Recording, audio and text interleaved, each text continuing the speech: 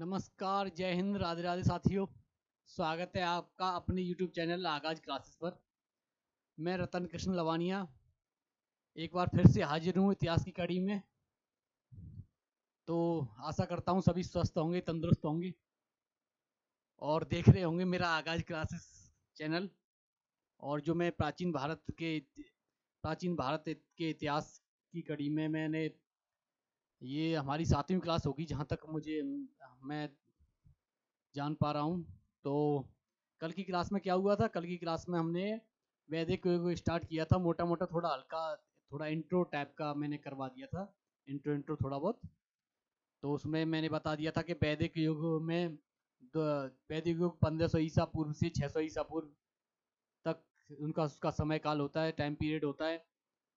उसके बाद फिर मैंने आपको बताया था साथियों कि उसे ऋग्वैदिक काल और उत्तर वैदिक काल में जो विभाजित किया गया, 1500 ईसा पूर्व से 1000 ईसा पूर्व तक ऋग्वैदिक काल था, या फिर आप बोल दो पूर्व पूर्व पूर्व वैदिक युग।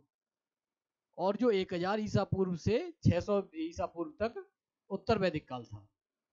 तो साथियों, ये जो कल मैंने आपको बताया था कि विभाजन का आधार लोहा लोहा था, कि लोहे की खोज हुई थी 1000 बीसी में।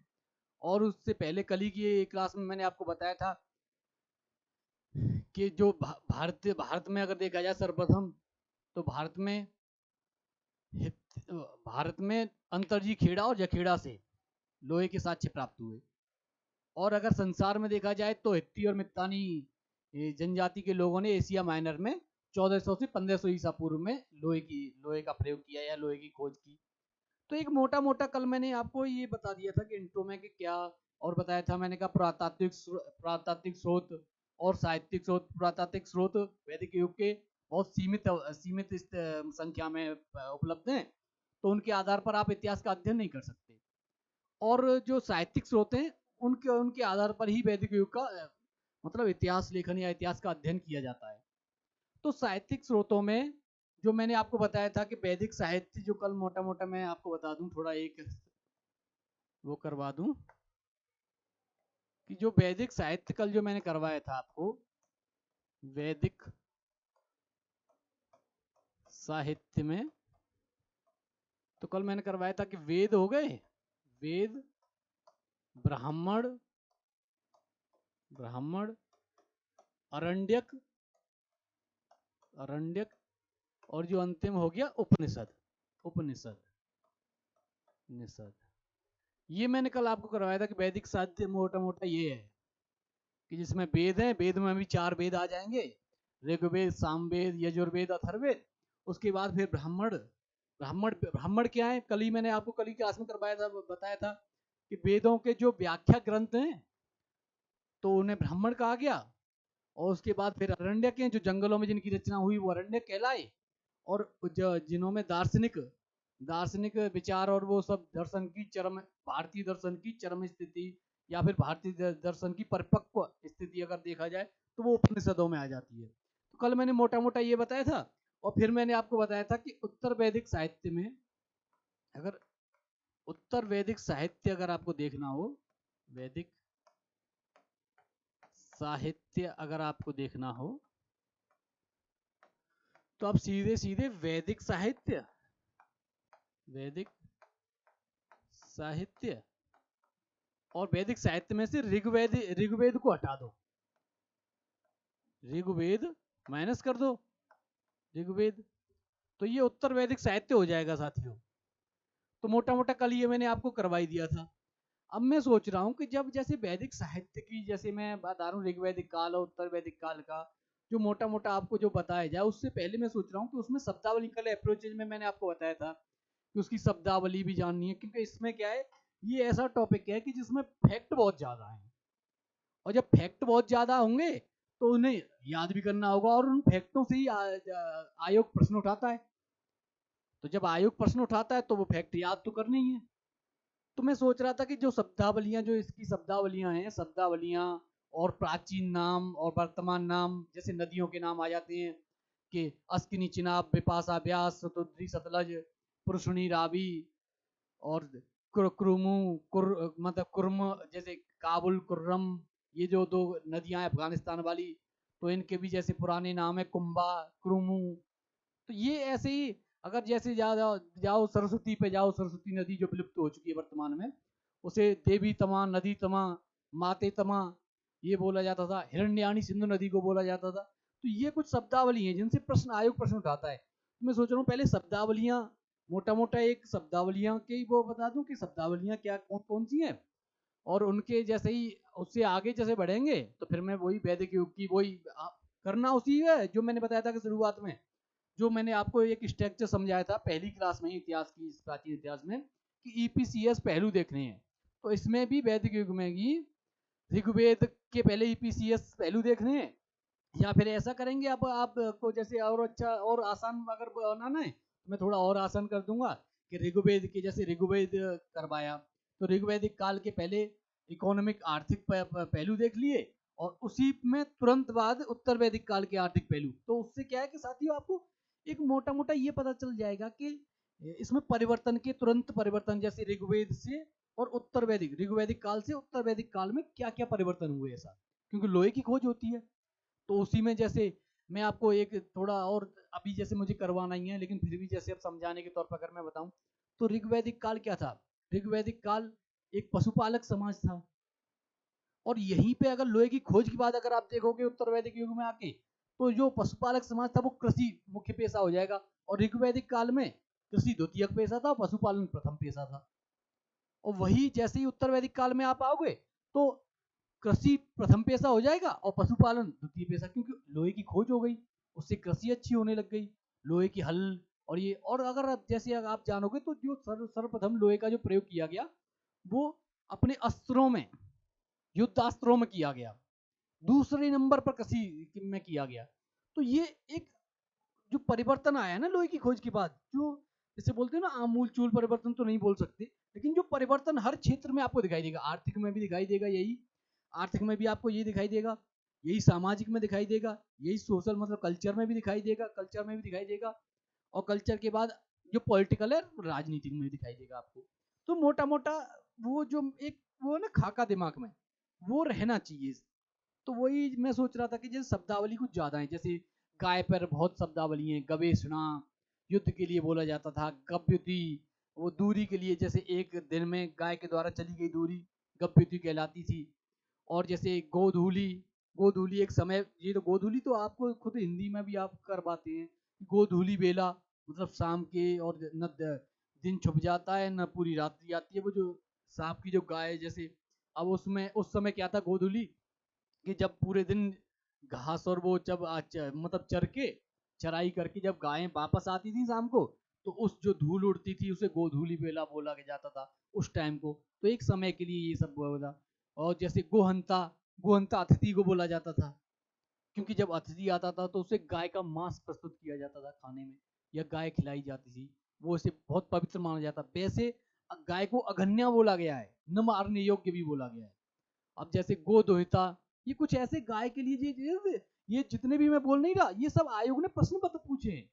ये प्रीवियस ईयर के प्रश्नों में देख के मैं आपको बता रहा हूँ कि ये सब आयोग यहाँ से प्रश्न उठाता ही उठाता है। तो इसीलिए मैं शब्दावलियों के लिए अलग से मैं वो पूरा वो करके आया हूँ कि नहीं, शब्दावली में अलग से खुद लिख के करवाऊंगा। अभी मैं पीपीटी भी ले आता यहाँ लगा देता, लेकिन नहीं, जो लिख के जो आपकी समझ में आएगा ना वो एक अलग ही दिमाग में जो बैठ जाता है ना, वो जरूरी होता है। और ये सब प्रश्न आए हुए प्रश्न हैं जो मैं बोल रहा हूँ। तो उसमें आप देखोगे कि जो गोहंता या गोदोहिता, गोदोहिता मतलब पुत्री को बोला जाता था, क्योंकि वो गाय को दोहती थी, मतलब गाय का जो दूध निकालती थी, तो उसे गोदोहिता बोला गया। तो यही मोटा मोटा वो एक दिमाग में होना चाहिए। तो चलो साथियों स्टार्ट करते हैं आज की क्लास। तो वही शब्दावलियां तो आप डाल लो, वैदिक युग,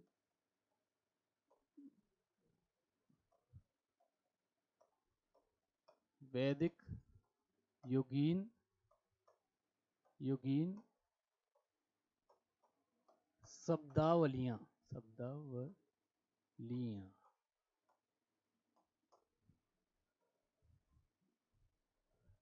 तो मैं इधर मोटा मोटा ये जैसे यहाँ से स्टार्ट करता हूँ, 1 2 3 4 5।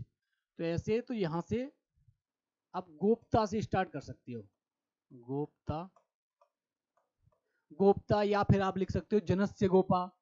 जनस्य गोपा भी आप यहाँ जैसे यहाँ और लिख के ये जनस्य गोपा भी लिख सकते हो, जनस्य गोपा, गोपा। तो जनस्य गोपा राजा को बोला जाता था, राजा। यहाँ गव्युति, गव्युति, अगर गव्युति देखो तो जो गाय के द्वारा चली गई दूरी होती थी एक दिन में, उसे गव्युति बोला जाता था। तो आप दूरी के लिए सीधे लिख सकते हो, दूरी के लिए, दूरी के लिए। गवेषणा, गवेषणा आप लिख सकते हो, गवेषणा। ये गवेषणा हो गया गाय के लिए जो युद्ध होते थे ना, कि ये गाय पर अधिकार के लिए जो युद्ध होते थे उसे गवेषणा बोला जाता था। तो ये युद्ध के लिए आप सीधे लिख सकते हो कि ये शब्द युद्ध के लिए प्रयोग होता था, युद्ध के लिए, के लिए। वही गोधूली जो अभी मैंने आपको समझाया था, गोधूली, गोधूली समय के लिए, समय के लिए। तो कुछ ऐसी जैसे शब्दावलियां हैं, तो इनमें क्या है, ये सब क्या है कि ये प्रश्न पूछता है आयोग। इसीलिए मैं कहता कि ये टॉपिक थोड़ा फैक्चुअल ज्यादा है, इसमें फैक्ट बहुत हैं। तो फैक्टों के लिए, और ये सब फैक्ट ऐसे नहीं है कि जिन्हें थोड़ा स्किप भी नहीं कर सकते, क्योंकि प्रीवियस ईयर के आप जैसे ही आर ओ के प्रश्न उठा लो या फिर स्टेट पीसीएस के उठा लो, तो यहीं से प्रश्न उठाए जाएंगे पूरे के पूरे। तो आप जैसे गोधूली के बाद लिख सकते हो गोदुहिता, गो दुहिता, दुहिता। तो ये पुत्री के लिए प्रयोग होता था, ये शब्द पुत्री के लिए, सॉरी। और उसके बाद आप लिख सकते हो गोहंता, गोहंता। ये अतिथि के लिए होता था, अतिथि, अतिथि के लिए, के लिए। और इससे आगे अगर आप लिखो तो आप यहां लिख सकते हो, ये आप लिख सकते हो गोहंता हो गया। अघन्या, हाँ अघन्या रह गया, अघन्या। न मारने योग्य, न मारने योग्य, मारने योग्य। अर्थात गाय, क्योंकि गाय को ही इतना पवित्र और इतना पूज्य मतलब पवित्र माना जाता था, तो इसे न मारने योग्य बोला गया। लेकिन अतिथि जो आता था उसके सत्कार के लिए, जैसे बोलते हैं ना शुरुआती अतिथि देवो भव, तो उसे एक भगवान देवता के रूप में माना गया जाता था, तो उसके लिए गाय की हत्या की जाती थी, या गाय के मांस, क्योंकि मांसाहारी दोनों, अभी मैं आपको उसमें सामाजिक में, सोशल में और कल्चर में करवाऊंगा कि दोनों तरह के भोजन करने वाले थे, मतलब आहार करने वाले थे, आमिष और निरामिष। मांसाहार भी था, शाकाहार भी था, दोनों ही थे। तो इसमें गोहनता, ये थोड़े जैसे गाय से रिलेटेड जितनी वो नहीं थी, मोटा मोटा मैंने आपको गाय से रिलेटेड सभी करवा दी। तो इसमें जैसे गोप्ता राजा हो गया, या जनस्य गोपा ये भी राजा, गवित्व दूरी के लिए, गवेषणा युद्ध के लिए, ये तो कई बार पूछा गया गवेषणा। तो गोधूली समय के लिए, गोदोहिता पूछे, गोहंता अतिथि के लिए, अगन्या नमार नियोग्य। तो ये एक मोटा मोटा गाय पे हो गया। अब जैसे आगे आप लिख सकते हो, जैसे यहाँ एक धन्व लिख सकते हो, धन्व। तो धर्म किसके लिए था, मरुस्थल के लिए, क्योंकि मरुस्थल से भी परिचित थे जो वैदिक ऋग्वैदिक काल के लोग, जो आर्य थे। जैसे आर्य अभी मैं बताऊंगा आपको कि आर्य का मतलब क्या होता है, श्रेष्ठ व्यक्ति होता है। उसे क्लास की संस्कृति में उसे मतलब सबसे सर्वश्रेष्ठ बोला गया है, तो उसे श्रेष्ठ व्यक्ति या महान व्यक्ति ऐसे बोल सकते हो। तो मरुस्थल, धन्व मरुस्थल था। और आप मोटा मोटा आप देखो तो हिमालय से भी परिचित थे ये, तो हिमालय को भी किसी नाम से बोला गया। तो जैसे आप बोल सकते हो मुजवंत, मुजवंत, मुजवंत एक हिमालय की चोटी, तो हिमालय मान लो, हिमालय की चोटी को एक मुजवंत के नाम से बताया गया, जिससे सोम, सोम मतलब जो पौधा था उससे सोमरस का निर्माण किया जाता था, या सोमरस निर्मित किया जाता था। तो ये मुजवंत हो गया, हिमालय ही मान लो, हिमालय। वैसे हिमालय की चोटी को बोला गया है, तो हिमालय की चोटी, कोई चोटी है तो उसको मुजवंत बोला गया है। तो मोटा मोटा एक ये हो गया कि जो हिमालय की चोटी है उसे मुजवंत बोला गया है। और ऐसे ही अगर जैसे आप आगे आओ, तो जैसे अब ये हो गया, अब इससे हम देखो तो ये मैंने आपको ये वो करवा दी थोड़ी जो शब्दावली थी। और उसके बाद जैसे ही आप इसमें देखोगे तो अभी जैसे अभी मैं नदियों का आपको मैं करवाऊं, तो ये मैं हटा देता हूँ। तो ये गाय वाला ये हो गया। तो नदियों का मैं करवा देता हूँ, नदियों वाला।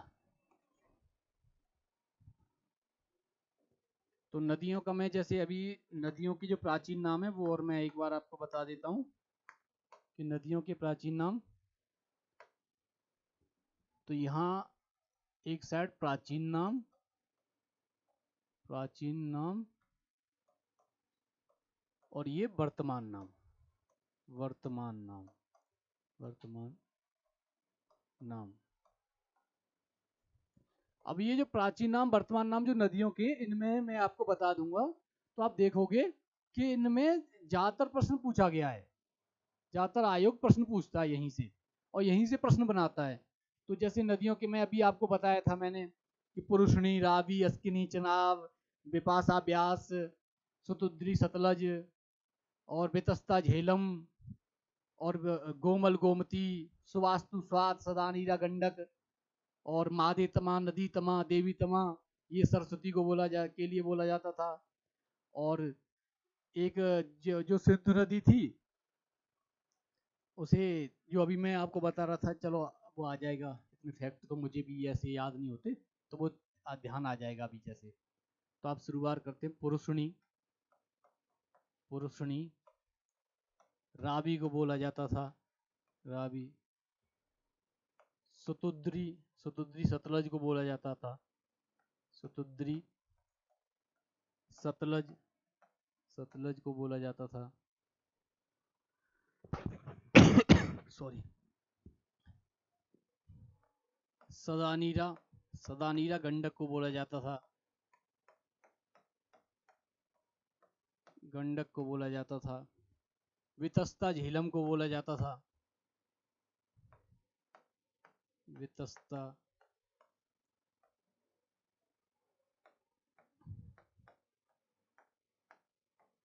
झेलम को बोला जाता था। क्रुमु, कुर्रम को बोला जाता था।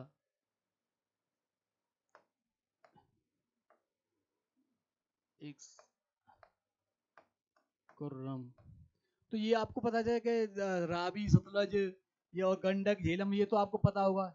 लेकिन जो क्रुमु और कुंभा कुंभल थी, ये क्या थे, ये अफगानिस्तान में थी। जैसे ऊपर की साइड आप देखोगे, ये जो भारत का ये वाला जो नक्शा है ना, ये वाला, ये ये वाला, तो यहाँ पे इधर इस साइड थी, ऊपर की साइड।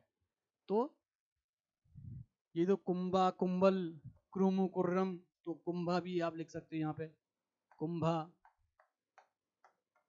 कुंभल को बोला जाता है कुंभल, कुंभल, ये हो गई। और इससे आगे जैसे आप देखो तो आप देख सकते हो कि गोमल, गोमती लिख सकते हो। और ये जो अभी मैंने बताया था कि देवी तमा, नदी तमा, ये भी आप लिख सकते हो। जैसे गोमल, गोमल, गोमती को बोल सकते हो, गोमती, गोमती को बोलते थे।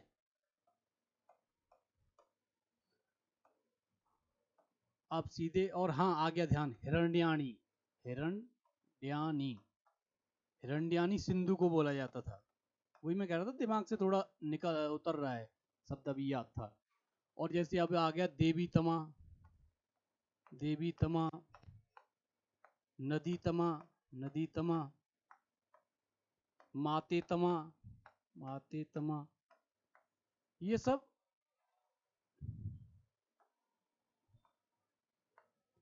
ये तीनों बोला जाता था सरस्वती को, सरस्वती को, सरस्वती को पवित्र नदी माना जाता था, सरस्वती, सरस्वती को बोला जाता था ये। तो इससे आगे ये मोटा मोटा जैसे शब्दावली है ना, तो उनपे आप जैसे, यहाँ से क्या है कि ये जो मैंने नदियां करवाई हैं, इनमें आप देखोगे कि आयोग अक्सर करके आयोग ने ज्यादातर यहीं से प्रश्न उठाए हैं। तो जब आयोग प्रश्न उठाएगा तो मैं भी फिर आपको करवाऊंगा ही करवाऊंगा। तो आप खुद सोचो कि अब मैं ने जब मैंने आपको बताया था कि ये सब जितनी भी जो प्रीवियस ईयर के प्रश्न है वो भी इंक्लूड कर लिए जाएंगे इसी क्लास में, और जो हमें लग रहा है कि अनुमानित कि ये हो सकती है। और इसी में जो मैं करवा नहीं रहा, इसमें आर ओ प्रीवियस ईयर भी हैं, यूपी पीसीएस भी हैं, बिहार पीसीएस भी हैं, झारखंड पीसीएस, मतलब प्रीवियस ईयर ज़्यादातर मैंने ओवरऑल राजस्थान पीसीएस तक के मैंने इसमें क्वेश्चन ऐड कर दिए हैं। तो क्या है कि आर ओ के भी जैसे प्रीवियस ईयर में से यूपीएससी वाले भी हैं, जो प्री के जो फैक्चुअल जितने भी हैं वो सब इसमें इंक्लूड कर दिए हैं, क्योंकि टीम पूरा एक रिसर्च करती है पूरा, तब जाके कहीं नोट्स जो मुझे जैसे मुझे दिए जाते हैं तो मैं 4 घंटे फिर उन्हें देखता हूँ, 3 घंटे मुझे लगभग उसे इस क्लास के आपके 3 घंटे तो आप मिनिमम मान ही लो कि मुझे पूरा 3 घंटा लगता है आपकी क्लास के लिए अलग से नोट्स बनाने के लिए, वो अपनी क्लासेस की तैयारी के लिए। तो लगा लो साहब कि मैं खुद इतनी मेहनत करता हूँ, तो साथियों आपकी मेहनत तो बनती है। आप अगर इसकी 50% भी मेहनत कर लोगे तो आपको तो ये सब खुद तैयार किया हुआ मिल रहा है, तो यहाँ से बाहर नहीं जाएगा साथियों। बस क्या है कि यहाँ जो मैं करवाऊँ उस पर ध्यान रखना, उसे नोट आउट भी करते रहना, क्योंकि आप नोट करते रहोगे तो उससे आपका एक फैक्ट तैयार हो जाएगा। अब जैसे मैंने अभी आपको बताया था कि ये गोमल गोमती हो गई, हिरण्याणी सिंधु देवी तमा, ये सब पुरुषनी रावी, और ये मैंने आपको करवा दिया। अब जैसे आगे हम बढ़ते हैं तो आप जैसे एक दृष्टद्वती भी लिख सकते हो, हाँ वो तो रहेगी दृष्टद्वती। दृष्टद्वती जैसे दृष्टद्वती बोलते थे घग्गर को, तो आप घग्गर लिख सकते हैं, घग्गर। वैसे ये कम ही पूछता है, तो बाकी ये मतलब दृष्टद्वती ज्यादा पूछा नहीं गया, तो आप जैसे वो देखो, तो ये हो गया। अब जिससे आगे बढ़ते हैं तो कुछ टर्मिनोलॉजी और है, मतलब जो शब्दावली है वो कुछ और हैं। तो ये तो मैंने नदियों के नाम जहाँ जहाँ से प्रश्न उठाता है वो मैं पहले ही करवा रहा हूँ। उसके बाद फिर जैसे ही मैं जैसे ईपीसीएस के आधार पर जो इकोनॉमिक पॉलिटिकल कल्चरल सोशल, तो इनके आधार पर फिर मैं आपको अलग से जैसे करवाऊंगा, जो कि ऋग्वैदिक काल और में क्या था, आर्थिक जो पहलू थे उसमें। और तुरंत उसके बाद ही मैंने सोचा है कि उसके बाद ही जो आर्थिक ऋग्वैदिक का करवाऊं, उसके तुरंत बाद ही उत्तर वैदिक का करवा दूं आपको, जिससे कि आपको जैसे दिमाग में होता है ना कि बाद में करवाऊंगा, जैसे पहले ऋग्वैदिक का पूरा ईपीसीएस करवा दूं, उसके बाद फिर उत्तर वैदिक का करवाऊं, तो उससे क्या है कि थोड़ा बच्चा कंफ्यूज हो जाता है कि सर ने ये पहले करवाया था, और जब मैं बराबर बराबर करवाता रहूंगा तो जैसे ही उसका इकोनॉमी करवाया तो तुरंत परिवर्तन के उत्तर वैदिक काल में क्या परिवर्तन रही, तो उससे क्या है कि आपकी नजर में रहेगा कि पहले ये था, अच्छा तुरंत यहाँ तो पहले कृषि पेशा था, उसके बाद तुरंत जैसे पहले पशुपालन था, और पशुपालन के बाद तुरंत उत्तर वैदिक काल में आती कृषि हो जाएगा। तो ये आपको जैसे तुरंत की तुरंत पता चल जाएगा ना, तो वो थोड़ा वो रहेगा आपके नोट्स में भी, जैसे आप नोट आउट करते रहोगे तो उसमें भी आपको जैसे पता चलता रहेगा। तो एक मैं आपको बता दूं कि जैसे कुछ और शब्दावलियां, जैसे पुरोहित, एक सेकंड, पुरोहित, पुरोहित, एक सेनानी, सेनानी, तो ऐसे ही कुछ जैसे प्रशासनिक भी, जैसे पुरोहित देखते हो कि पुरोहित होता था राज्य का प्रमुख परामर्श, राजा का जो प्रमुख परामर्शदाता होता था, तो वो पुरोहित हो गया। सेनानी कौन होगा, सेना का प्रमुख हो गया, ये तो बहुत सिंपल है। ग्रामणी कौन हो गया, गांव का मुखिया हो गया। और जैसे आगे आप देखो तो महिषी, महिषी किसे बोलेंगे, महिषी तो राजा की, जो मतलब राजा की जो रानी होगी उसी को तो महिषी बोलेंगे, क्योंकि महिषी क्या है कि एक सबसे उच्च महिला, तो उसे महिषी बोला जाएगा। तो उसे ग्रामणी, वैसे हिंदी में महिषी कुछ और वो होता है, वो अलग बात है, लेकिन जो वैदिक युग की जो टर्मिनोलॉजी है उसमें महिषी राजा की पत्नी को बोला गया है, मतलब रानी को। अब सूत आता है एक, तो सूत क्या होगा, रथ सेना का अधिकारी होगा या रथ सेना का नायक होगा। तो ये कुछ ऐसे वो हैं, जैसे सेनानी हो गया। अब ये से ग्रामणी, ग्रामणी, सॉरी, राजा का, राजा का प्रमुख, प्रमुख परामर्शदाता, प्रमुख परामर्शदाता। तो ये भी प्रश्न पूछा गया है आयोग ने। सेनानी, सेना का नायक, सेनानी तो सिंपल ही है, सेना का नायक, नायक या सेना का प्रमुख, प्रमुख भी लिख सकते हो आप, प्रमुख। ग्रामणी, गांव का प्रमुख, गांव का प्रमुख। और जैसे ग्रामणी के बाद अगर आप, जैसे मैं अभी प्रशासनिक में उसमें करवाऊंगा, जो राजनीतिक में जो प्रशासन की वो है। तो उसमें गांव होगा, फिर विश्व होगा, फिर उसके बाद जैसे कुल से स्टार्ट होगा। कुल का जो प्रमुख होगा वो कुलपति होगा, गांव का प्रमुख ग्रामणी होगा, और फिर गांव के ऊपर विश्व होगा तो विश्व का प्रमुख विश्वपति होगा, और विश्व के ऊपर जन होगा तो जन का प्रमुख जनपति होगा, और जैसे जन के ऊपर जो आएगा तो वो राजा आ जाएगा, जनस्य गोपा। तो सबका प्रमुख एक राष्ट्र, जन के ऊपर राष्ट्र होगा, राष्ट्र का राजा हो जाएगा, जनस्य गोपा जिसे बोला गया। तो ये वही हो जाएगा टर्मिनोलॉजी। जैसे महिषी, महिषी राजा की पत्नी को बोला गया है, राजा की पत्नी को बोला गया महिषी।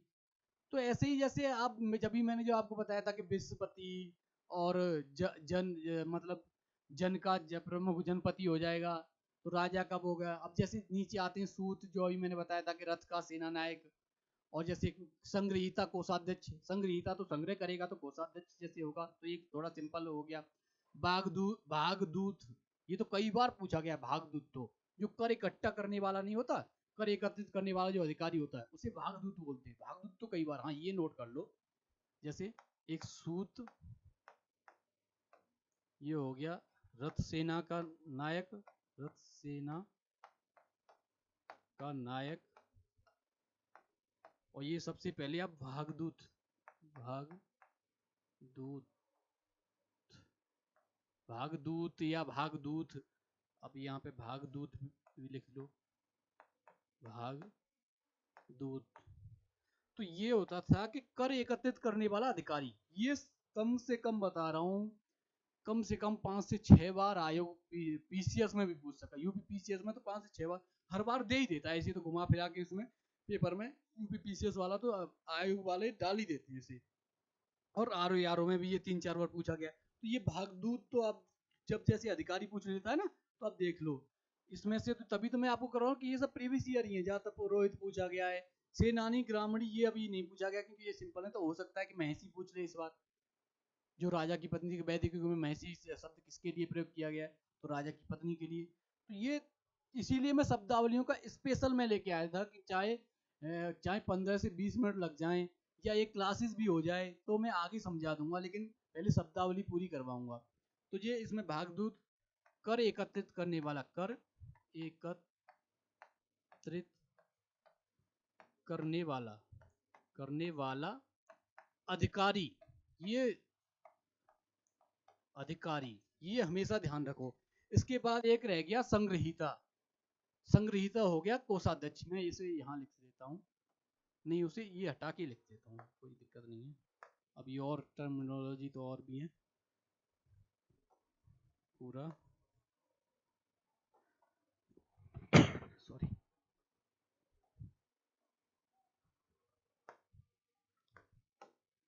तो एक जो रह गया था वो मैं अभी यहाँ पे लिख देता हूँ, संग्रहीता। संग्रहीता ये हो गया कोषाध्यक्ष। कोषाध्यक्ष को संग्रहीता बोला जाता था। तो ये कोषाध्यक्ष हो गया। अब जैसे मोटा मोटा भी मैंने आपको पुरोहित करवाया, सेनानी करवाया, ग्रामणी करवाया, गांव का प्रमुख, उसके बाद सूत करवाया, रथ सेना का अधिकारी, महिषी करवाई, राजा की जो पत्नी थी या राजा जो रानी थी उसे बोल दो, भागदूत मैंने अभी करवा दिया, कर एकत्रित करने वाला, संग्रहीता करवा दिया। अब जैसे अच्छबाप, एक हाँ अच्छबाप हो गया, लेखाधिकारी। लेखाधिकारी के बाद जैसे आप चाहोगे पालागल आ जाएगा, पालागल विदूषक को बोलते हैं। तो ये मोटा मोटा जो जैसे पालागल है, अच्छबाप है, ये अधिकारी के ये सब पूछे गए जा चुके हैं। तो आपको ये हमेशा ध्यान रखना पड़ेगा कि ये जो पूछे जितने भी जैसे पूछे गए ना क्वेश्चन, उन प्रश्नों पे हमेशा आपको लगातार क्योंकि पूछ सकता है। जैसे संग्रहीता हो गया, अब इसके बाद आप अच्छबाप डाल दो, अच्छबाप, एक डाल दो पालागल, पालागल, और भागदूत मैंने करवाई दिया, कर एकत्रित करने वाला। ये क्या कि थोड़े प्रशासनिक अधिकारी थे, तो उनमें जैसे पालागल तो विदूषक, जो जैसे कोई अगर जैसे रास या वो होता है उसमें जो हंसी मजाक हंसी ठिठोले करने वाला, जैसे जोकर जिसे बोल देते हैं, तो उसे क्या पालागल जैसे विदूषक के हंसी मजाक करवाने वाला विदूषक हो गया। उसके बाद अच्छबाप, अच्छबाप मैंने करवाया था लेखा अधिकारी। तो अभी मैंने बताया अच्छबाप लेखा अधिकारी, लेखा अधिकारी। पालागल विदूषक हो गया, विदूषक। तो साथियों ये क्या है कि ये जो पहले जो बोला जाता था ना, जैसे अधिकारी कोई एक प्रशासन होगा, उसके अधिकारी प्रशासनिक एक व्यवस्था होगी, उसके जो अधिकारी होंगे उनको क्या है कि अपनी जैसे भाषा में जैसे कि ये बोला जाता था वो सब कुछ। अब इससे आगे आप बढ़ोगे तो जैसे महाजनपद काल में कुछ और बोला गया, तो वो भी प्रश्न वहां से भी उठाए गए हैं, वहां से भी आयोग ने बहुत प्रश्न पूछे। उसके बाद और आगे आप बढ़ोगे तो मौर्य साम्राज्य, गुप्त साम्राज्य, यहाँ से जितने भी हैं अधिकारी उनके, मतलब आज जो अभी फिलहाल जो 2-4 सालों का जो ट्रेंड चला है कि आपसे प्रशासनिक अधिकारी और कल्चर से बहुत पूछता है, कल्चर से तो बहुत, संस्कृति से तो बेहद ही पूछ रहा है आजकल। मध्यकालीन भारत से भी पूछ रहा है, पूर्व मध्यकाल से, प्राचीन काल से भी कल्चर पूछ रहा है। तो आपको ये देखना पड़ेगा कि कहाँ कहाँ से जो प्रश्न उठा रहा है। तो मैं इसीलिए यहाँ पे सब जो इंक्लूड करके पूरा रिसर्च करके कि कहाँ कहाँ से क्या क्या उठा रहा है, वो सब मैं यहाँ पे एक बोर्ड पे करवा रहा हूँ। बाकी पीपीटी सेट करने में तो मुझे और आसानी होती, मुझे इतनी मेहनत नहीं करनी पड़ती, मैं सीधी पीपीटी लगा के ये सब। लेकिन क्या है, लिखने से क्या है कि आप लिख के जब मैं बताऊंगा तो आप समझोगे, और मेरा मकसद है कि आपकी दिमाग में बैठना चाहिए कि हाँ ये फैक्ट हमने पढ़ा है। तो आप जैसे ही 1 से 2 बार जैसे ही वीडियो देखोगे तो आपके दिमाग में बैठ जाएगा कि हाँ ये सर ने जो करवाया था, ये गुरु जी ने जो करवाया था, ये क्वेश्चन जो आया ये सब मैं तुरंत कर दूंगा। अच्छा आप आया लेखाधिकारी, देखते ही तुरंत क्लिक किया कि यार हाँ सर ने करवाया था, उसमें शब्दावलियों में या जो टर्मिनोलॉजी करवाई थी, जो वैदिक शब्दावली करवाई थी, उनमें करवाया था। तो वो आपका जैसे ही क्लिक करेगा दिमाग तो आपका गलत नहीं होगा। जैसे अभी जैसे आप जैसे एक और जैसे वो जरूर, जब वो तो इम्पोर्टेंट तो नहीं है लेकिन फिर भी जैसे लिख लेते हैं कि जैसे छता होता है, प्रतिहारी होता है, और या दौबारिक। तो एक होता है छता नाम का एक अधिकारी का नाम आता है इसमें वैदिक युग में, छता। तो इसे प्रतिहारी बोलते हैं, प्रतिहारी बोलते हैं। तो ये भी लिख सकते हैं, वैसे इतना इम्पोर्टेंट नहीं है ये। तो वही है। तो जैसे ही आप जैसे बढ़ोगे तो अब जैसे ये हो गया, अब जैसे खुद कुछ जो शब्दावली हैं वो आ जाती हैं, जैसे पहनावे के ऊपर आ जाती हैं। तो पहनावे के ऊपर पहली आप शब्दावली लिख लो, नीबी। नीबी तो ये होता था कमर के नीचे पहनने वाला वस्त्र। वैसे आप अंडर गारमेंट समझ सकते हो, तो ये अंडर गारमेंट्स ही था नीबी। तो आप लिख सकते हो कमर के नीचे, कमर के नीचे, नीचे पहनने वाला वस्त्र, वस्त्र। अब आप खुद सोचो साथियों कि जब कमर के नीचे पहनने वाला वस्त्र है तो ऊपर भी पहनने वाला वस्त्र होगा। तो जो ऊपर पहनने वाला वस्त्र है उसे वासस बोला जाता है। और जैसे ही जैसे वासस के बाद अगर आप देखोगे कि वासस के बाद जैसे ही आप वो करोगे कि जैसे जो अभी मैंने बताया था कि नीवी अंडर गारमेंट्स है, तो जैसे नीचे पहन लिया फिर ऊपर पहन लिया, तो उसके ऊपर भी तो कुछ ओढ़नी टाइप का या कुछ ऐसे होता है ना कि ये जो उसमें पहना जाता है, कश्मीर में पहना जाता है, जो बड़ा सा पूरा नीचे पैरों तक। तो ऐसा एक ओढ़नी टाइप का भी वस्त्र होता था, उसे अधिवास, अधिवासस बोला जाता था या अधिवास बोला जाता था। तो आप एक दूसरा लिख सकते हो वासस, वासस। ये हो गया कमर के ऊपर, कमर के ऊपर पहने जाने वाला, पहनने वाला वस्त्र। ये हो गया। अब एक लिख सकते हो अधिवास, अधिवास, अधि अधिवासस। तो अधिवासस हो गया कि मतलब सर से और पैरों तक ओढ़नी टाइप का ऊपर से धारण करते हैं, और ऊपर से धारण किए जाने के बाद एक माने वाला चादर टाइप का जो ओढ़नी होती है ना, जैसे आप लिख सकते हो ऊपर से धारण करने वाला, ऊपर से धारण करने वाला, करने वाला ओढ़नी टाइप का, मतलब ओढ़नी ऊपर से जो धारण करते हैं पैरों तक। मैंने अभी बताया था कश्मीर वाला जो बताया था, तो वो बोला जाता ओढ़नी टाइप का जो होता है उसे अधिवास बोला जाता है। और एक जो आता है वही आता है तच्छा करके। तच्छा क्या होता है, बढ़ई, जो मतलब लकड़ी का जो काम करने वाला जो होता है, गाँव जैसे आपने देखा होगा जो बढ़ई, जो लकड़ी का जो कार्य करते हैं उसे बढ़ई बोला जाता है। तो ऐसे ही ऐसी वैदिक युग में मैंने आपको भी बताऊंगा, जो अभी जैसे आगे जैसे मैं स्टार्ट करूंगा तब मैं आपको बताऊंगा कि ये क्या था कि ये 4 वर्णों में जो विभाजित हुआ था वैदिक युग में, वर्ण व्यवस्था थी। तो उसमें ऋग्वैदिक काल में 4 वर्णों में विभाजित हुआ था। तो एक घर में भी 4 वर्ण होते थे। क्योंकि जो सफाई का काम करने वाला था उसे शूद्र बोला जाता था, सेवा करने वाले को। जो बढ़ई का काम करने वाला था उसे अलग। रक्षा करने वाले भी होते थे कि एक घर में रक्षा कोई थोड़ा तंदुरुस्त खा पी के और थोड़ी पहलवानी कर रहा है तो उसे रक्षा का कार्य दिया जाता था, तो उसे क्षत्रिय बोला गया। कुछ पढ़ के और वेदों का अध्ययन करके ज्ञान दे रहे हैं कि सबको के पढ़ा रहे हैं, वो कर रहे हैं, उन्हें ब्राह्मण बोला जाता था। तो ये ब्राह्मण, क्षत्रिय, वैश्य, शूद्र जो 4 वर्ण थे, वो कोई ये नहीं कि जन्म जैसे अब वर्तमान में हो गए, जन्मदाग की ब्राह्मण के घर पैदा होने वाला ब्राह्मण हो गया।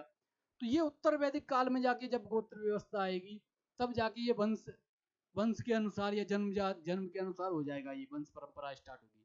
लेकिन ऋग्वैदिक काल में जो वर्ण व्यवस्था स्टार्ट हुई थी, उसमें उसमें सिर्फ ये था कि जो कार्य करने के आधार पर, कर्म के आधार पर विभाजन था।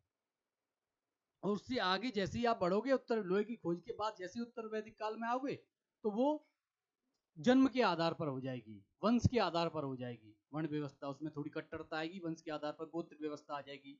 और अपने निजी गोत्र से अलग शादी विवाह होने लगेंगे कि उन्हें पवित्र एक ही गोत्र माना जाएगा, पवित्र माना जाएगा, अशुद्ध होने की वजह से। तो ये एक परिवर्तन उसी के बाद हुआ। महिलाओं की स्थिति जो ऋग्वैदिक काल में अच्छी होगी, अभी मैं आपको करवाऊंगा सोशल में। महिलाओं की स्थिति ऋग्वैदिक काल में अच्छी होगी, लोहे की खोज के बाद जैसे ही वो उत्तर वैदिक काल में आएंगे, महिलाओं की स्थिति में थोड़ा गिरावट आएगी। 3 जो प्रशासनिक समितियां होती हैं, सभा समिति और विदथ, और एक गण नाम की, मतलब उसका कोई जिक्र, बस नाम की चर्चा हुई है गण नाम की, उसका कोई जिक्र नहीं हुआ है, उसका कोई उल्लेख नहीं है ज्यादा उसके बारे में। बस गण एक वो है, मतलब उसका नाम ही है समिति का। तो सभा समिति में फिर उसके बाद सभा में, वो समिति में महिलाओं को उत्तर वैदिक काल में पहुंचते ही महिलाओं का प्रवेश प्रतिबंधित हो जाएगा। तो ये ऐसे ही गिरावट आएगी समय के अनुसार, जैसे समय परिवर्तन होगा ऋग्वेद से उत्तर वैदिक काल में, जैसे आप आओगे तो समय जैसे चेंजिंग होता जाएगा और आप जैसे आपकी समझ में आता जाएगा, तो वो परिवर्तन एक होगा। तो ऐसी वर्ण व्यवस्था, जैसे तछा बढ़ई को मैंने अभी आपको बताया, तछा बढ़ई को बोला जाता था। अब जैसे कर्मा, धातु कर्म करने वाले को, लोहार को जैसे कर्मा बोला जाता था। और वेकनाट, सूदखोर को बोला जाता था, जो ब्याज खाता था उसे वेकनाट बोला जाता था। तो यही है, जैसे अभी आप लिख सकते हो तछा, तछा, ये बढ़ही को बोला जाता था, बढ़ही,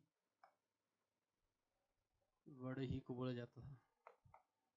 वेकनाट, वेकनाट, या तो वेकनाट बोल लो, या मतलब सूदखोर बोल लो। वेकनाट को ही सूदखोर बोला जाता था, सूदखोर, सूदखोर जो ब्याज खाता था, सूद खाता था, वो सूदखोर को वेकनाट बोला जाता। अब जैसे अरित्र आप जाओगे, अरित्र पतवार होती थी, जैसे अब हाँ अरित्र, ये आप नोट कर लो, तो उसके बाद मैं आपको इससे आगे बताता हूँ। चलो ये साफ कर लेता हूँ, आप कर लेना नोट।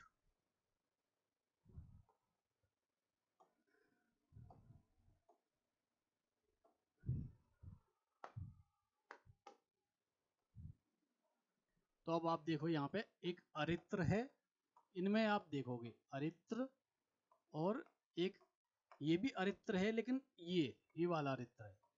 दोनों में फर्क क्या है? इस अरित्र को तो पतवार बोला गया है इसको, और जो इस अरित्र को नाव, मतलब जैसे नैया बोल लो, या जैसे नाव बोल लो, या जैसे बोलते हैं ना, वो एक उसमें शायराना अंदाज में कि मेरी नाव के खिवैया, तो ऐसे ही आप बोल सकते हो। तो ये जो अरित्र है, जो नीचे वाला जो त वाला ये अरित्र है, ये तो हो गया नाविक, नाविक, उसको पतवार को चलाने वाला। ये वाला हो गया पतवार, पतवार। तो ये यहाँ पे अभी इनसे पूछा नहीं गया है, अभी इन दोनों से, ये मैं खुद इसमें इंक्लूड करके लाया था कि कुछ मुझे लगा कि हाँ इससे आयोग प्रश्न उठा सकता है, तो ये दोनों मैं खुद लाया। तो अरित्र और अरित्र में, तो अब ये हमेशा ये आप थोड़ा वो करके हाईलाइट करके आप देख लेना कि अरित्र तो पतवार को बोला गया है, और अरित्र नाविक को बोला गया है। ये वाला त के नीचे वाला ये अरित्र करके ये नाविक को बोला गया है। तो यही थोड़ा मतलब उसमें आता है। जैसे अब निशा का आ जाएगा स्वर्ण आभूषण, और जो निष्क आ जाएगा वो गले का हार आ जाएगा। और जो निष्क है वही धीरे धीरे जैसे ही उत्तर वैदिक काल में आओगे, तो जो गले का हार है वो एक मुद्रा के रूप में काम करेगा, उससे आप कुछ खरीद सकते हो, तो वो एक मुद्रा रूप बन जाएगा निष्क। तो ये आप इससे आगे आप लिख सकते हो, जैसे निष्क लिख लो, या पहले निशाका ज़्यादा सही रहेगा, निशाका लिख लो, निशाका। ये स्वर्ण आभूषण को बोला जाता था, स्वर्ण आभूषण को बोला जाता था, आभूषण को बोला जाता था। निष्क, इस गले के हार को बोला जाता था, गले के हार को बोला जाता था। और एक जैसे मैं बता रहा हूँ, ये मैं क्यों करवा रहा हूँ, मैं आपको मैं बताऊँ, क्योंकि ये शब्दावली क्या है, बाद में जैसे ही मैं प्रयोग करूंगा आगे, जैसे ही आपको मैं जो आर्थिक, राजनीतिक, सामाजिक और सांस्कृतिक आधार के, सामाजिक और सांस्कृतिक पहलुओं में जब मैं इनकी कम मतलब तुलनात्मक अध्ययन करवाऊंगा ऋग्वैदिक काल और उत्तर वैदिक काल का, तो उनमें ये सब मैं प्रयोग करूंगा, ये सब मैं बोलूंगा, तो आप कहोगे गुरु जी इसका क्या मतलब है। तो इसीलिए मैं पहले ही मैंने कहा एक बार ये शब्दावलियों का बता दूं कि शब्दावलियों को इसको ये बोला जाता था, इसको ये बोला जाता था, इसको ये बोला जाता था। तो इससे क्या है, तुम्हारे दिमाग में बैठ जाएगा। और ये जितनी भी शब्दावलियां हैं उनमें से एक जो इन दोनों को छोड़ के अरित्र और इत्र वाले को, ये मैंने खुद जोड़े, बाकी सब प्रीवियस ईयर आए हुए हैं, यूपीएससी तक में पूछा गया है, आईएएस वाले में भी पूछा गया है। तो अब जैसे निष्क के बाद अभी मैं आपको बताऊं पणी, पणी या पानी बोल सकते हो, ये व्यापार का जो कार्य करते थे, व्यापार का जो कार्य करते थे उन्हें पानी बोला जाता था। और इन्हीं जो व्यापार का जो कार्य करने वाले पानियों को, इनको पशु चोरी, पशु चोर या पशु चोरी के आरोप में मतलब आरोपी भी माना जाता था, क्योंकि ये पशु, इनका ये था कि ये ही पशु चोर हैं, तो इन्हें पशु चोर भी बोला जाता था। तो ये एक ऐसा है जैसे व्यापार, व्यापार करने वाले लोगों को पानी बोला जाता था, व्यापार करने वाले, करने वाले। और इसी में आप लिख सकते हो कि पशु चोरी से संबंधित भी, पशु चोरी से संबंध, पशु चोरी से संबंध रखने वाले। तो पणी इन्हीं का मतलब इन्हीं को बोला जाता था कि पशु चोरी से भी इनका संबंध होता है, संबंध रहता ही है, मतलब ये ऐसा माना जाता था उस समय। तो एक एक जैसे धारणा नहीं बना देते किसी को उसमें, तो उसी में जैसे पशु चोरी का आप जैसे बोलते हो ना, तो उसका जैसे व्यापारी लोग थे और उन्हीं का वो चलता था व्यापार, जैसे सिंधु सभ्यता में व्यापारियों का प्रशासन था। तो ये जो आर्य थे, आर्य जो लोग थे, ये ग्रामीण संस्कृति थी, इसमें व्यापारियों के जितने भी व्यापारी आते थे उन्हें चोर भी बोला जाता कि पशु चोरी कर ले जाते हैं, कि कहीं बाहर के जैसे व्यापारी आए तो बोल दिया कि पशु चोरी कर। तो इसीलिए जो पानी व्यापार से संबंध, व्यापार करने वाले लोग थे, उन्हीं का संबंध पशु चोरों, पशु चोर से भी, पशु चोरी से भी माना गया है। तो इससे आगे जैसे आप एक और देखो, तो अभी मैं यहीं साइड में करवा देता हूँ कि एक यव, यव जौ को बोला जाता था। ये तो बहुत वो है, आप सबको पता ही होगा, यव तो कई बार करवा चुका हूँ, ये तो वैसे भी एक नॉर्मल सा शब्द है यव। तो यव जौ, तो इसका सिर्फ जो आप अगर आप देखो, जो इसलिए ये महत्वपूर्ण हुआ यव जौ, क्योंकि ऋग्वैदिक काल में ये अकेली फसल ऐसी है जिसके बारे में वो उन्हें जानकारी थी, ऋग्वैदिक कालीन लोगों को। लेकिन जब उत्तर वैदिक, जब लोहे की खोज हुई, जब उत्तर वैदिक काल में आएंगे, तो आप गेहूं की फसल भी करेंगे, चावल की फसल भी करेंगे। लेकिन ऋग्वैदिक काल में सिर्फ सिर्फ जौ की फसल होती थी, तो सिर्फ एक ही अनाज था जिसके बारे में उन्हें जानकारी थी, अब जौ। इसीलिए कृषि द्वितीयक पेशा था ऋग्वैदिक काल में, और जो पशुपालन था वो प्राथमिक पेशा था। तो यही है, जो कुछ जैसे परिवर्तन आएंगे तो आप देखोगे कि आपको लगेगा कि जो लोहे की खोज के बाद ऐसा आमूलचूल परिवर्तन आपको नजर आएगा, कि जैसे ही आपको आमूलचूल परिवर्तन ऐसा लगेगा कि हाँ, आपको जैसे बोल सकते हैं कि हर क्षेत्र में, जो भी मैंने शुरुआत में करवाया था, कि जैसे ही लोहे की खोज होती है तो उसमें जैसे सबसे पहले मैंने बताया था सर्वप्रथम युद्धास्त्र में किया, दूसरा कृषि में किया। तो आप ये देख लो कि दो, जैसे कृषि और युद्धास्त्र में होगा तो उससे राजनीति भी बदलेगी, इकोनॉमी भी बदलेगी।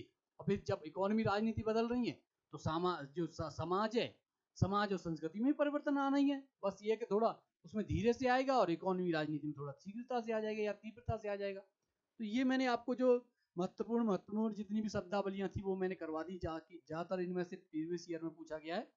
तो साथियों अब बढ़ते हैं आगे, ये सब हो गया। अब जो मेन वो है, अब स्टार्ट करते हैं।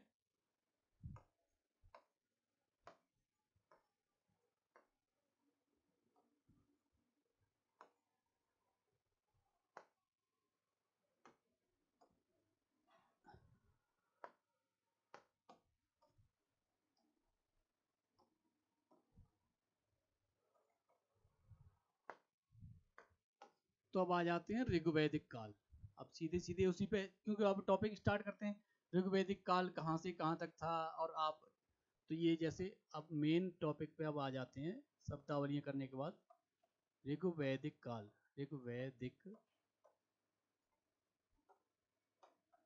काल।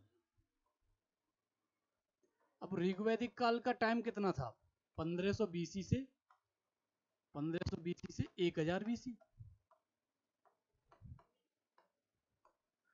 क्योंकि अभी जो उसके बाद जैसे 1000 बीसी में लोहे की खोज होती है, तो फिर उत्तर वैदिक काल स्टार्ट हो जाता है। तो ऋग्वैदिक काल में अगर आप देखोगे तो मेन सबसे पहले आप आता है ऋग्वैदिक काल या वैदिक युग पूरे में ही। मैं आपको बता दूं, सबसे पहले आता है आर्य। आर्य। अब आर्य क्या है?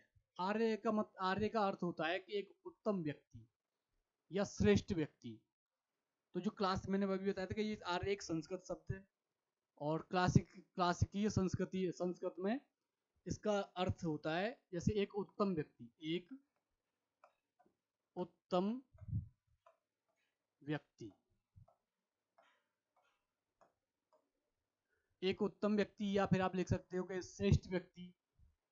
तो अब आर्य के बारे में अगर आप देखोगे तो मेन सबसे पहले जो वो आता है कि आर्य कहाँ से आए थे।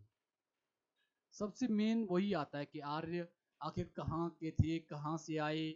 और मेन मतलब क्या, जैसे बहुत से जितने भी इतिहासकार हैं या जितने भी विद्वान हैं, उन्होंने अपने अलग अलग मत दिए कि आर्य यहाँ के थे, आर्य वहाँ के थे। और जैसे ही आप देखोगे तो लोकमान्य तिलक, इन्होंने भी अपना अब मत दिया कि आर्य दक्षिणी ध्रुव के निवासी थे। दयानंद सरस्वती ने भी दिया कि ये आर्य तिब्बत के थे, कि आर्य इटली, उसके डेन्यू नदी से अलग अलग, मतलब अलग अलग विचारकों ने, कोई डेन्यू नदी का बताता है, कोई जर्मनी का बताता है, तो कोई प्रोफेसर मैक्स मूलर हैं वो बताते हैं कि मध्य एशिया से आए थे। तो ये एक अलग अलग अपने अपने विद्वानों ने अपने अलग अलग मत दिए। तो इनमें जो मेन, जो मैं बता रहा हूँ, वो जो स्वीकारोक्ति या जो सब विद्वानों ने, ज्यादातर विद्वानों ने उस पर सहमति व्यक्त की, वो प्रोफेसर मैक्स मूलर का है कि आर्य मध्य एशिया के निवासी थे। तो ये एक मोटा मोटा हो गया। अगर आप देखोगे तो आप देखोगे कि जो ऋग्वैदिक काल था या ऋग्वैदिक कालीन समाज, समाज लिख लो या ऋग्वैदिक कालीन सभ्यता लिख लो। अब ऐसा करो, आप वैदिक युग लिखो। ये तो ऋग्वेद मैंने आपको समझा दिया। अब अब सीधे वैदिक युग लिखो, क्योंकि यहाँ से अब पूरा आर्य मैंने आपको समझाई दिए। वैदिक युग। अब मेन मैं आपको बताऊं वैदिक युग में क्या है, कि वैदिक युग में आप देखोगे कि सिंधु सभ्यता तो एक नगरीय सभ्यता थी। और वैदिक युग में अगर आप देखोगे तो वैदिक युग आ जाएगा कि वैदिक युग है ग्रामीण सभ्यता। आप पूरा जैसे ही आपको हर उसमें जो सिंधु सभ्यता, वो मैं लास्ट में करवाऊंगा, ये तुलनात्मक अध्ययन भी करवाऊंगा कि सिंधु सभ्यता में ये सब था, ऋग्वैदिक काल में या वैदिक युग में ये सही था, तो दोनों में अंतर क्या था वो सब मैं अभी जैसे ही जो एक ईपीसीएस पहलुओं के उस पे तुलनात्मक, जैसे ऋग्वैदिक और उत्तर वैदिक काल का अध्ययन होगा, ऐसे ही लास्ट में मैं वैदिक युग और आपको सिंधु सभ्यता का भी और एक तुलनात्मक अध्ययन करवा दूंगा, जिससे कि आपके दिमाग में बैठ जाए कि हाँ, सिंधु सभ्यता में और ऋग्वैदिक जो वैदिक युग है इसमें ये अंतर रहा है और ये डिफरेंस रहा है। तो वो सब एक मोटा मोटा आपके दिमाग में खाकर बैठ जाएगा। तो अगर आप देखोगे तो मेन ग्रामीण सभ्यता, ग्रामीण सभ्यता। अब जब ग्रामीण सभ्यता है और सिंधु सभ्यता नगरीय सभ्यता थी, तो आप देखोगे तो ग्रामीण सभ्यता तो आरंभिक जब होता है ग्रामीण सभ्यता में, आप देखोगे कि जो आरंभिक जीवन है उसमें पशुपालन मुख्य पेशा। तब सीधे यहाँ पे ये भी लिख सकते हो ग्रामीण सभ्यता आरंभिक, क्योंकि लोहे की खोज तक तो रहा ही था। आरंभिक समय में पशुपालन मुख्य पेशा, पशुपालन प्रमुख पेशा, प्रमुख, और कृषि, कृषि द्वितीय, द्वितीयक पेशा हो गई, कृषि द्वितीयक पेशा हो गई, द्वितीयक। क्योंकि जब लोहे की खोज हुई तब तक तो जैसे मतलब ऋग्वैदिक काल में तो पशुपालन मुख्य पेशा था ही। अब उत्तर वैदिक काल में कृषि मुख्य पेशा हो जाती है, क्योंकि लोहे की खोज हो जाती है और लोहे का प्रयोग जब कृषि में होने लगा तो उसी में आप देख पाओगे कि हल हल के जुताई भी अच्छी होने लगी, फसल भी, जब फसल अच्छी आएगी तो आप खुद सोचोगे कि हाँ जब फसल बढ़िया आ रही है तो फिर कृषि प्रधान या कृषि प्रमुख पेशा हो ही जाएगी। अब इससे आगे आप देखोगे तो आप जो मेन सबसे पहले जो आपको मैं बता दूं, ये चाहता हूँ ये आपकी समझ में आ गया एक बार। अब इससे आगे जैसे ही आप बढ़ोगे तो ये ग्रामीण लिख सकते हैं, ग्रामीण सभ्यता। तो आप देखोगे सबसे पहले जो 1400 बीसी में, 1400 बीसी में जो एशिया माइनर में, या जैसे एशिया माइनर में बोगज कोई अभिलेख मिलता है 1400 बीसी में या 1400 बीसी के आसपास, तो 1400 बीसी के आसपास एशिया माइनर में बोगज कोई, बोगज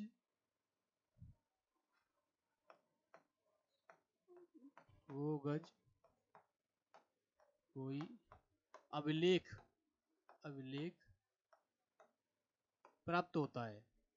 और एशिया माइनर से, ये भी आप नोट कर लीजिए, एशिया माइनर से, एशिया माइनर से आप देखोगे कि ये जो बोगज कोई अभिलेख है, यहाँ से इस अभिलेख से जो आर्य, जो वैदिक युग के देवता हैं उनके नाम प्राप्त होते हैं, इस पर जो अंकित मिलते हैं।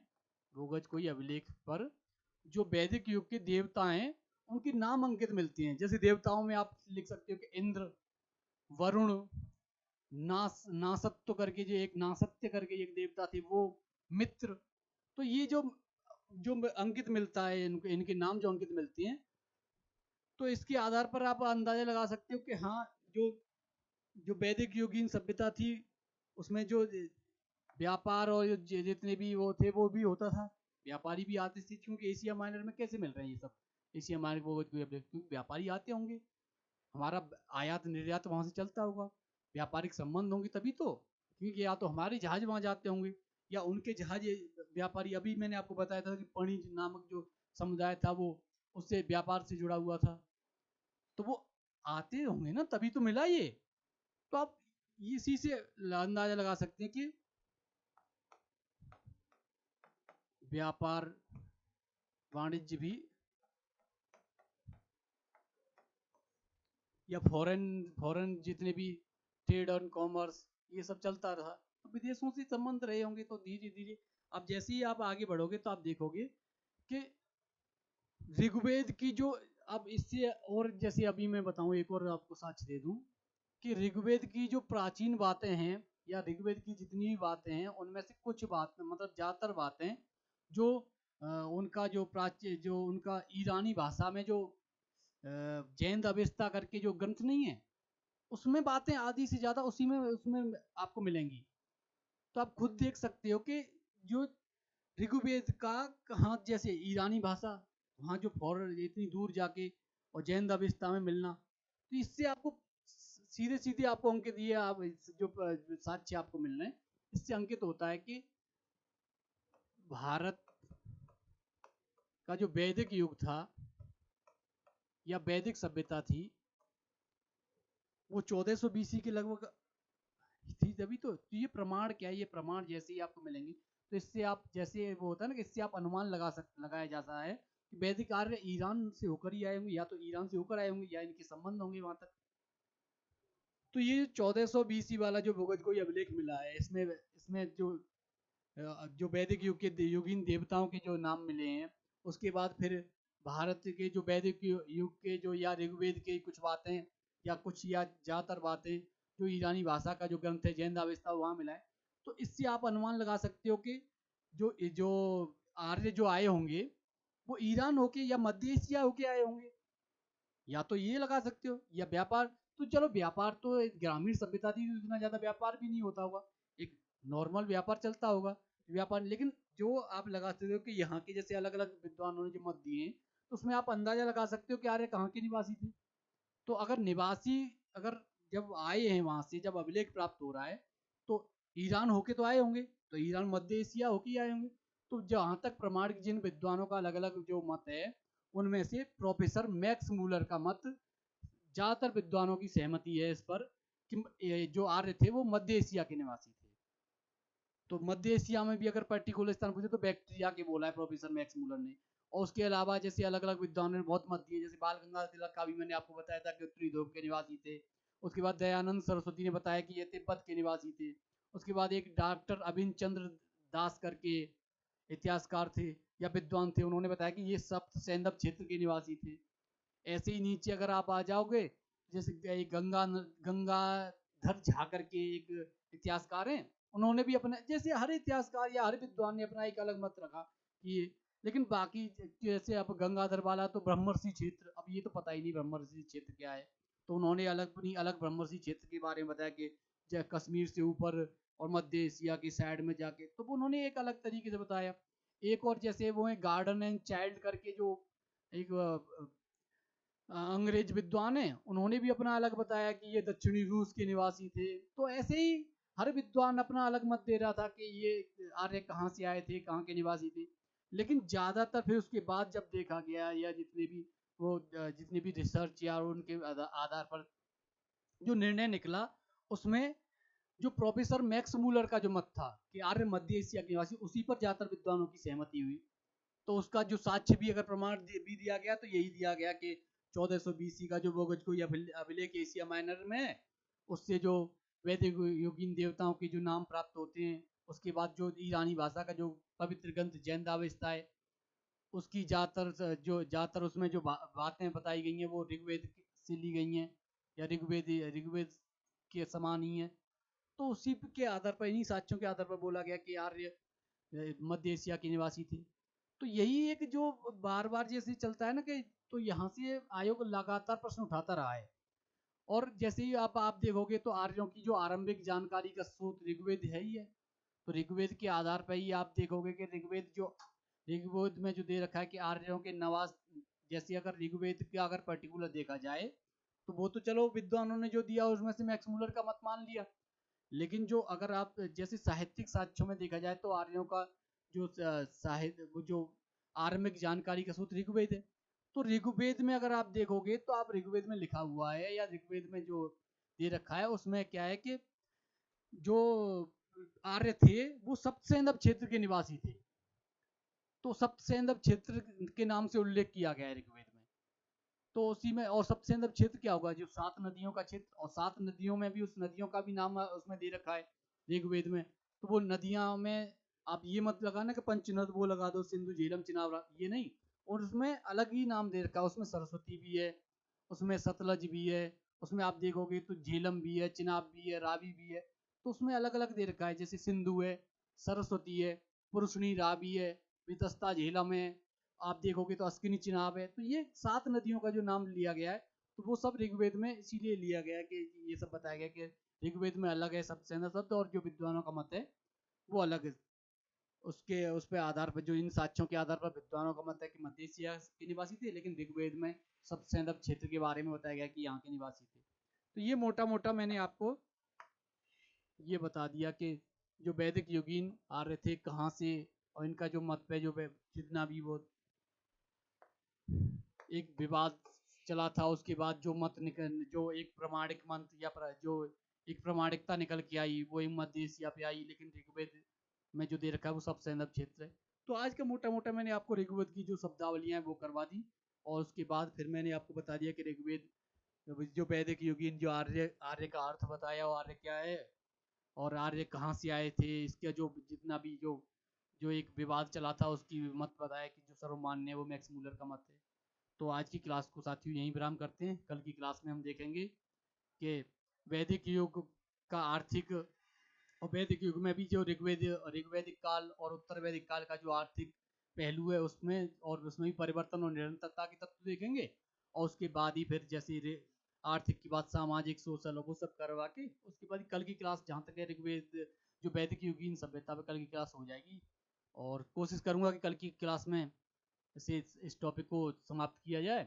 अगर कुछ बच जाता है तो एक क्लास और देख लेंगे अगली, जो महाजनपद काल, क्योंकि वो छोटा टॉपिक है महाजनपद काल वाला। तो उसकी क्लास में थोड़ा अगर बच जाएगा तो उसमें करवा देंगे। तो चलो फिर आज की क्लास को यहीं विराम देते हैं साथियों। तो जय हिंद, राधे राधे, मिलते हैं फिर कल कल की क्लास में।